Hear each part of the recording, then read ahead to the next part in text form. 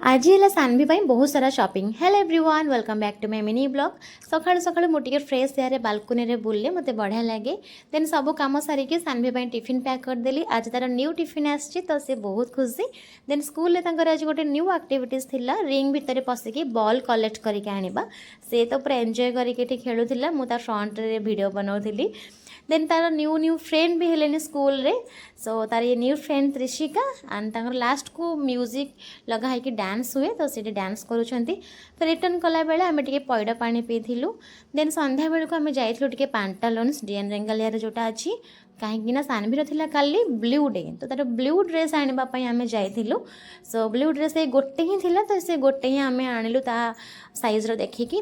Then एते cute cute dress देखिकी मो रही पालेनी तो सबुतिक जहाँ डिस्प्ले रे लगी थिला सबुतिर गोटे गोटे नहीं आसली। देन जाइथिली मैक्स सेठु क्लिप्स आ गोटे लेगिंग्स आनिथिली मैचिंग करिकी। देन आमे घर को पळे आस्तिलु। राति रे डिनर रे करथिली सैंडविच, कॉर्न चीज सैंडविच जोटा कि मोर फेवरेट। तो खाई के चलिलु सोइबा पई। Tata, good night, see you tomorrow.